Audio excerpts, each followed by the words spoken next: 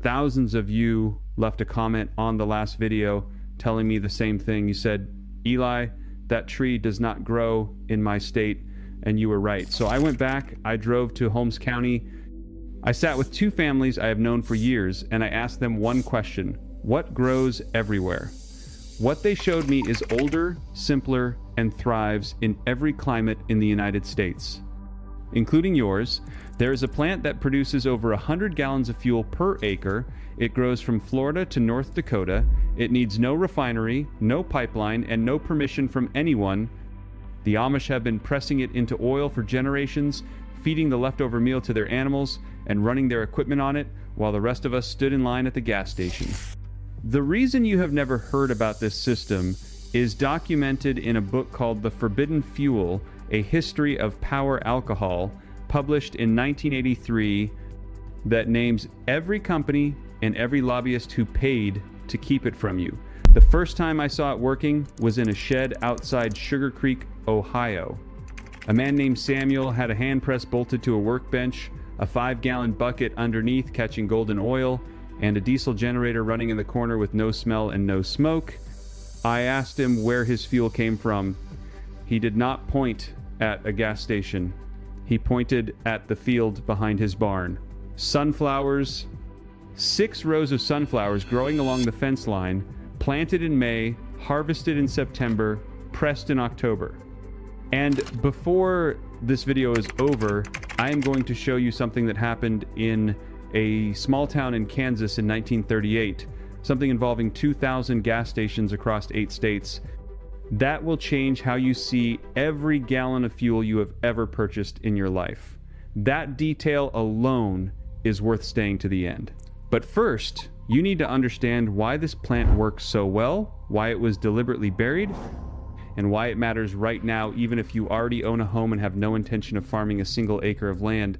Here is the part that nobody told you, and I mean nobody. You heard me mention in the last video that Rudolf Diesel demonstrated his engine at the Paris World Exhibition in 1900 running on peanut oil. What I did not tell you last time was what happened in the decades after that demonstration, because what happened next is the part they worked the hardest to erase from every textbook and every fuel conversation in this country. 8 years after Diesel showed the world an engine running on vegetable oil, Henry Ford released the Model T. That car was designed from day one to run on ethanol or gasoline, either one. The driver chose. Ford did not hide this fact. He told the New York Times in 1925 that the fuel of the future would come from fruit, weeds, sawdust, almost anything that grows. He said it publicly, and he meant every word. He put his own money behind it. And he was not the only brilliant mind saying the same thing. Alexander Graham Bell, the man who invented the telephone, wrote in National Geographic magazine in 1917 that alcohol was a beautiful, clean, and efficient fuel, and that we would never need to fear running out of energy as long as we could produce a crop. 2 of the most famous inventors in American history looked at the same future and saw the same answer. A country where farmers grew their own fuel, where energy independence was not a political slogan but a garden chore, where no tanker crossed an ocean and no pipeline crossed a state line to keep your tractor running in the morning. That future was not a dream. It was already being constructed in the American Midwest. By 1937, a company called Agrol had opened a production plant in Atchison, Kansas. They blended ethanol, made from American grain, into motor fuel, 2 grades, Agrol 5 and Agrol 10, backed by Henry Ford himself and the Chemical Foundation. At its peak in 1938, Agrol fuel was available at over 2,000 service stations across 8 Midwestern states. 2,000 stations, from Indiana to South Dakota to Iowa to Nebraska. The slogan was, "Try a tankful, you will be thankful." The plant in Atchison was producing 18 million gallons of ethanol a year. Farmers were buying it, everyday drivers were buying it, the fuel worked. The engines ran clean, the economics made sense for the people growing the grain and the people filling their tanks, but it did not make sense for Standard Oil. Standard Oil, the empire John D. Rockefeller, built by controlling 90% of American oil refining by 1880, had spent decades making sure no alternative could compete. Their strategy was never to make a better product, Their strategy was to destroy every competitor before it could gain a foothold. And when Agrol showed up at 2,000 pumps with a fuel that worked, Standard Oil declared war. The tactics are documented in congressional records and academic histories. The National Petroleum Association called ethanol fuel an outrage against common sense. They spread a campaign claiming that allowing ethanol at gas stations would turn every filling pump into a potential speakeasy, playing on lingering fears from prohibition. They pressured legislators in every Midwestern state capital and in Washington. They killed 19 federal bills and 31 state bills on alcohol fuel between 1,933 and 1,939. And when legislation failed to stop Agrol, they turned to the most brutal weapon in their arsenal: price dumping. They dropped the price of leaded gasoline to match Agrol penny for penny. Agrol sold at 17 cents a gallon. Standard Oil pushed their leaded fuel down to 16 cents, not because gasoline cost that little to refine, because Standard Oil could afford to lose money for years and a startup in Kansas could not. And here is the detail that makes it personal.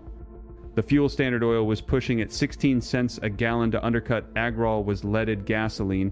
They knew lead was toxic. The health risks were documented in the early 1920s.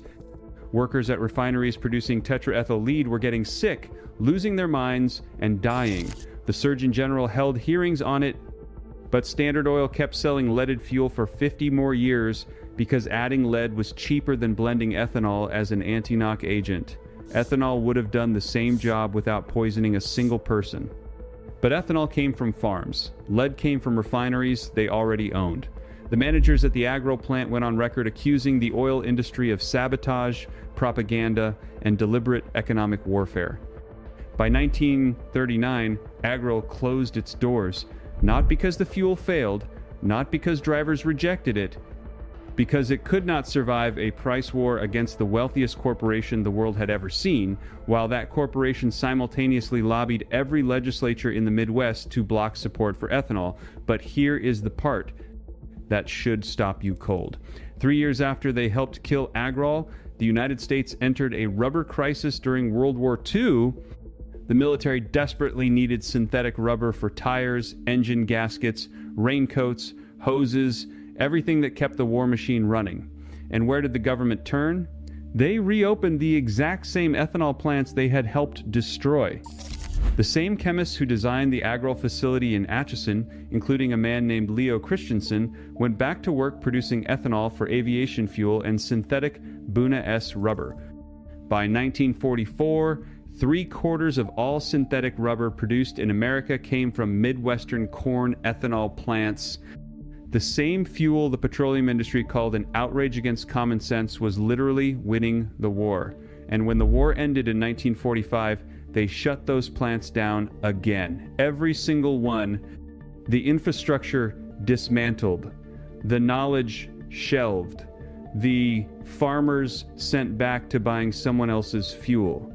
That is not a conspiracy theory.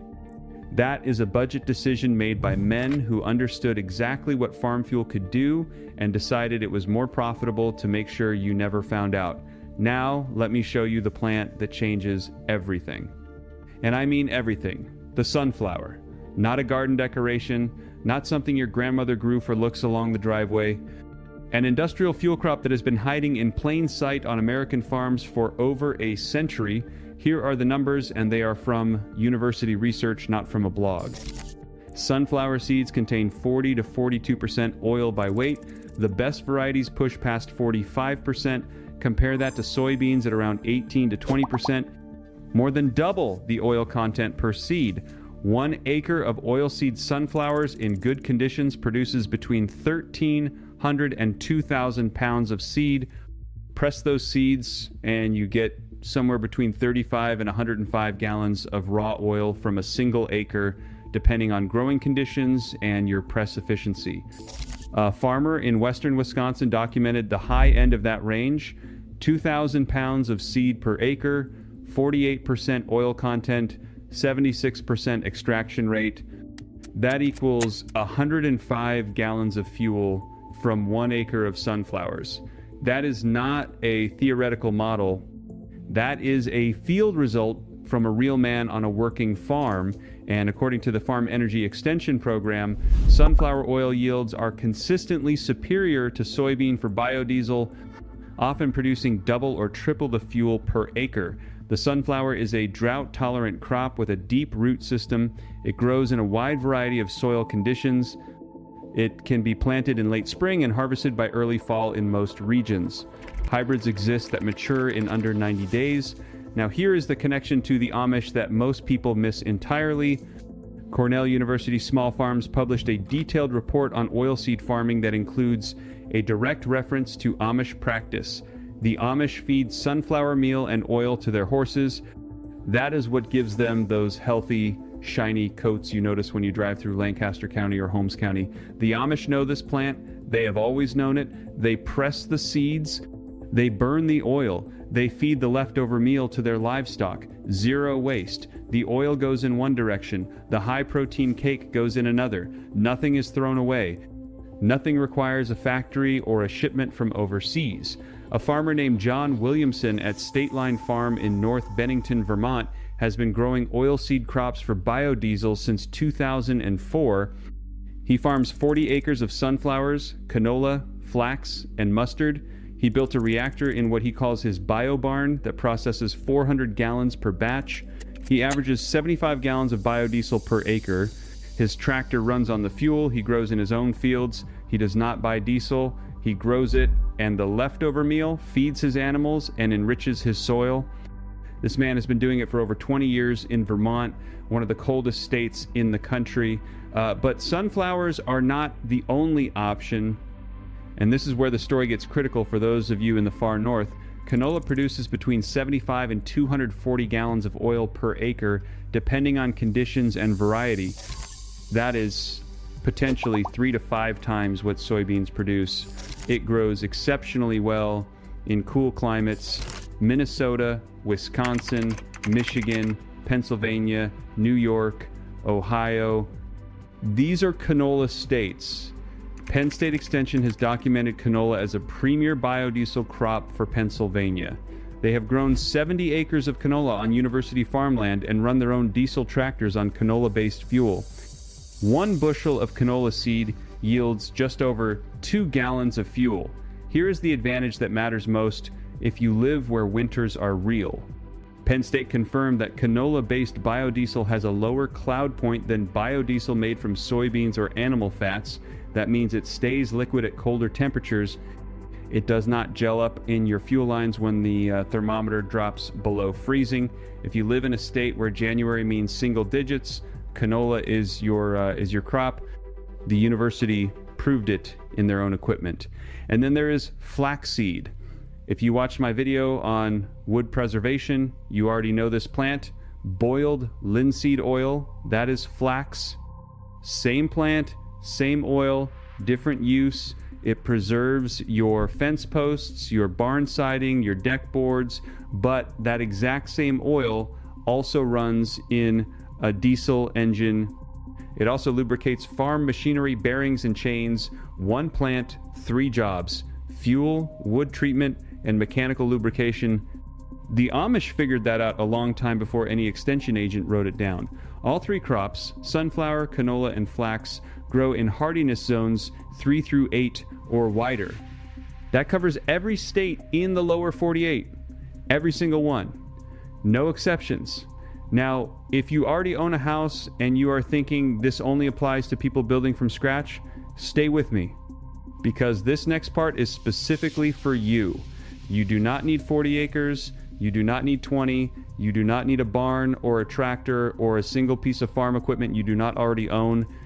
Here is what the system actually looks like for a person with a house and a yard built before 1980. Start with a manual cold press.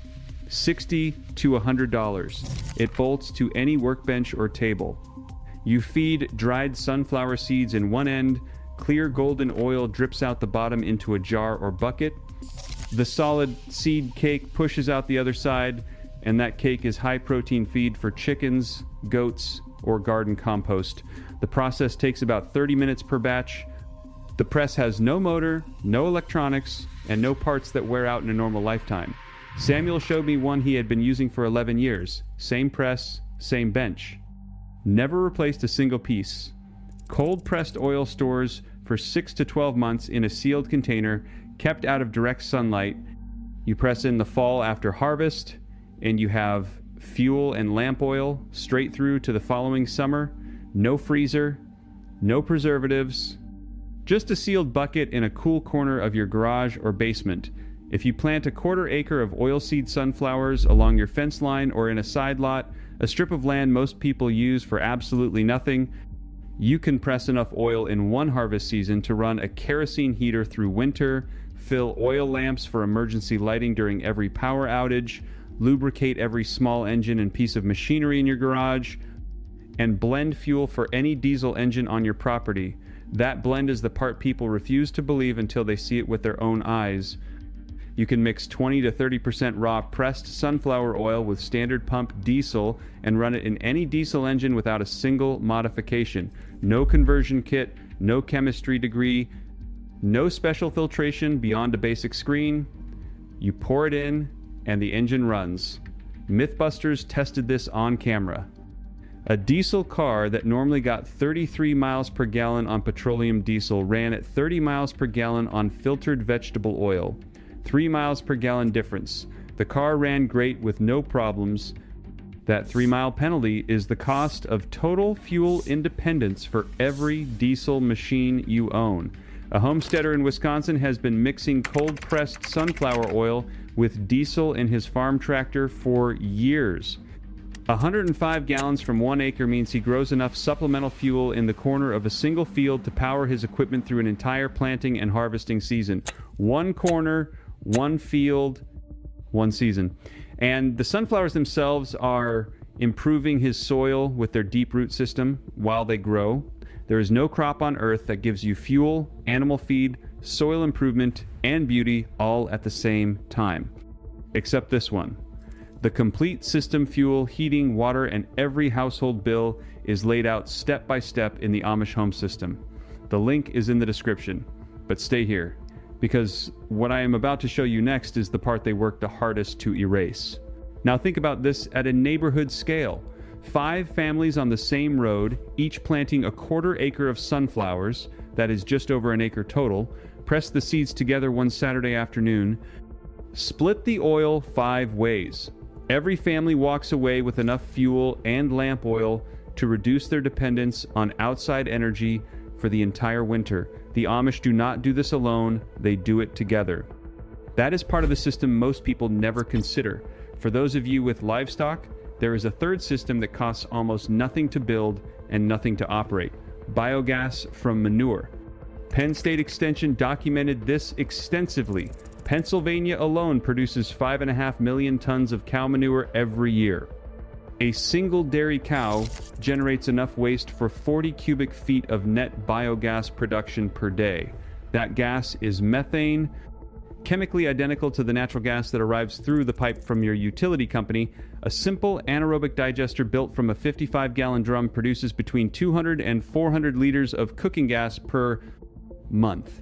That is enough to run a kitchen stove daily without paying a gas bill, no electricity required, no moving parts. You feed manure and water in, methane comes out. Some Amish communities in Pennsylvania have already adopted small-scale biodigesters that convert organic waste into biogas for heating and cooking. Pennsylvania has 4 of the longest continuously operating farm-scale digesters in the entire country. They have been running for decades because the system works and it never stops working. So let me put this together for you. Sunflower oil for your diesel engine, your heater, your lamps, and your workshop tools. Canola oil for cold climate fuel that survives a northern winter without gelling. Flax oil for wood preservation, machinery, lubrication, and emergency backup fuel. Biogas from manure for your kitchen stove and household heating. Every one of these systems works with an existing home on existing land. Every one costs less than $100 to begin. Every one has been documented by a land-grant university.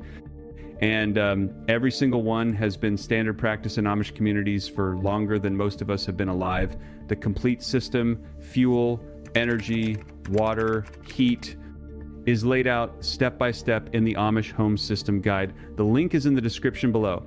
Now, I want to give you the part I promised at the very beginning. The detail that connects Atchison, Kansas to your fuel bill and to a boardroom in Houston, Texas, and that changes how you look at the entire system.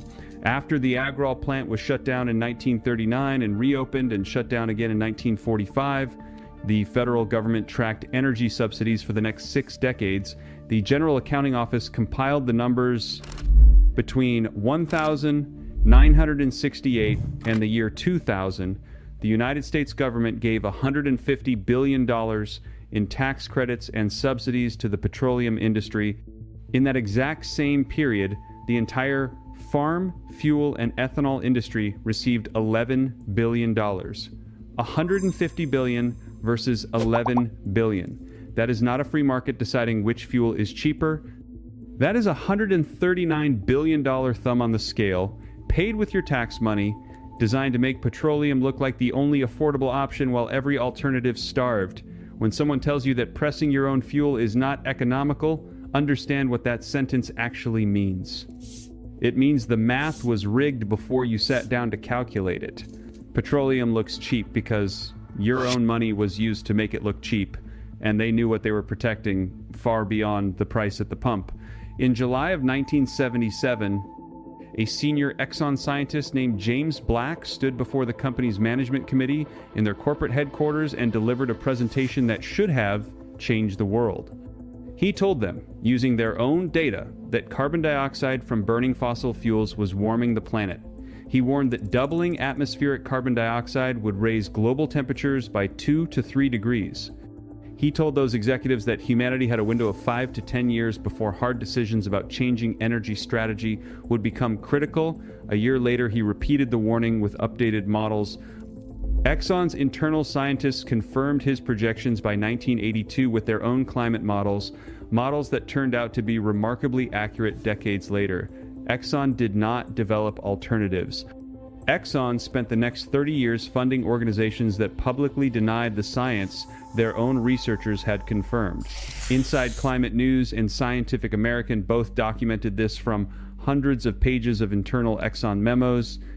The company that knew the truth in 1977 chose to protect quarterly earnings instead. The same pattern repeated like clockwork every time energy independence got close. Standard Oil killed Agrol in the 30s. The government revived ethanol plants when they needed them for war and abandoned them the moment the emergency passed. Then, in the 1970s, the oil crisis hit. Gas lines wrapped around city blocks. Prices tripled. Americans were furious. And suddenly, more than 100 new ethanol plants sprang up across the country. Farm fuel was back. It was working. Communities were producing their own energy again. But when petroleum prices dropped artificially in the late 80s and 90s, driven by deliberate overproduction and political maneuvering, most of those plants went bankrupt. The cycle repeated a third time. Build it, prove it works, watch it get buried when the price of oil comes back down. And Exxon's own scientists told the truth in 1977, and the company buried it for 3 decades. Every time farm fuel works, it gets killed, not because it fails, because it succeeds. And because a farmer pressing sunflower oil in his shed does not need a tanker, a pipeline, a refinery, or a quarterly earnings report from anyone.